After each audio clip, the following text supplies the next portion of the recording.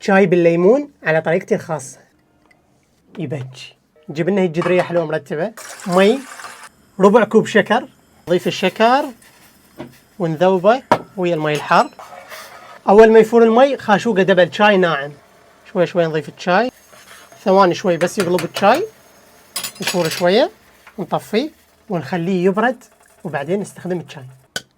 نجيب مصفي مع الشاي ونصفي الشاي بهذا الشكل. والله ما برد عندنا. نجيب لنا قلاص حلو مرتب. عصر لنا ليمونة فريش بالقلاص بهذا الشكل. ثلج، ليمون وشوية نعناع فريش. بسم الله ونضيف الشاي. بسم الله. وهسه نقول بسم الله ونجرب.